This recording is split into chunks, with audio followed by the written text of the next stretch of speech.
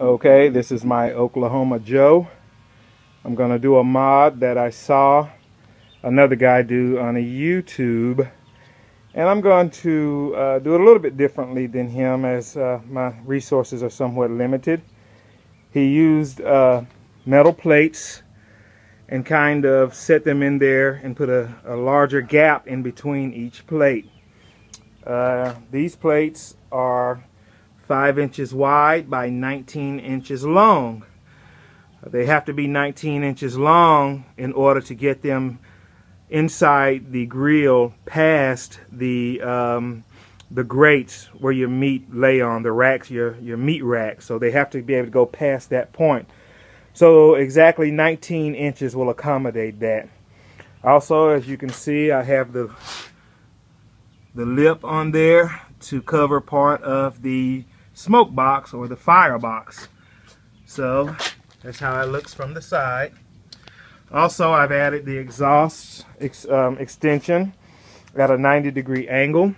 So this is actually a 3.5 inch piece of dryer duct, but I cut a slit down the middle, and then I'm able to fold it in or overlap it to fit inside the hole inside the grill.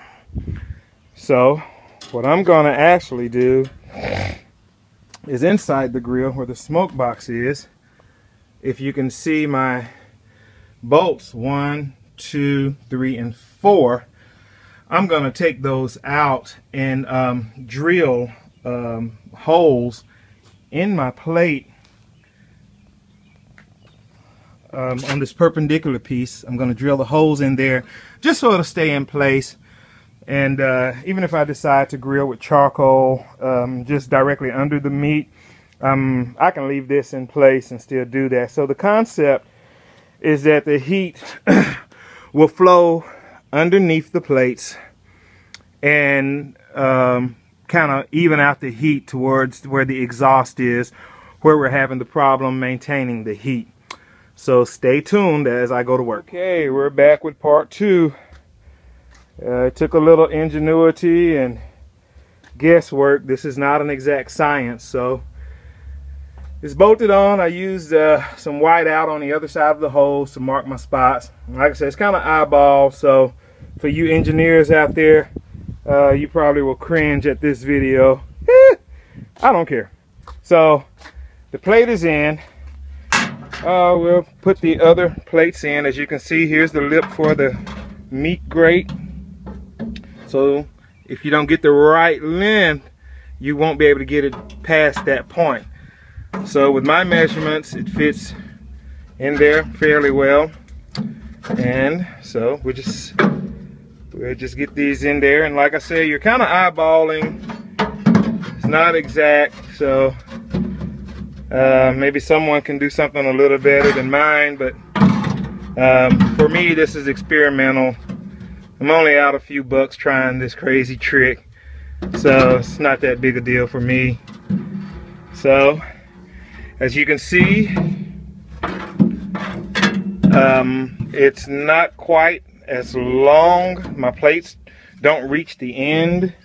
They don't reach the end, so this space is kind of open. So you can do whatever, well, mainly for heat flow. So this was recommended. You just put a small gap up front, followed by a slightly larger gap, and then you go a little bit larger back here, and then a little larger here, and then this part is pretty much open.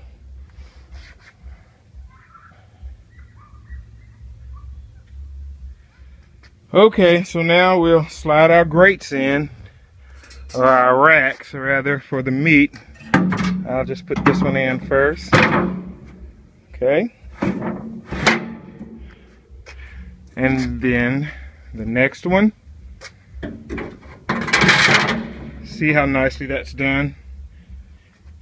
And then I'll just grab my exhaust.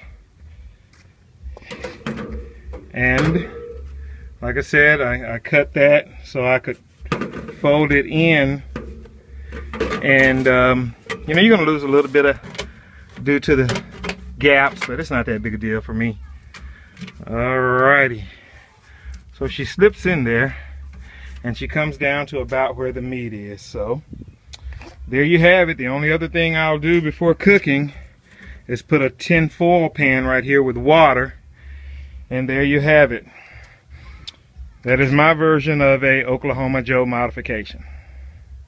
Happy cooking.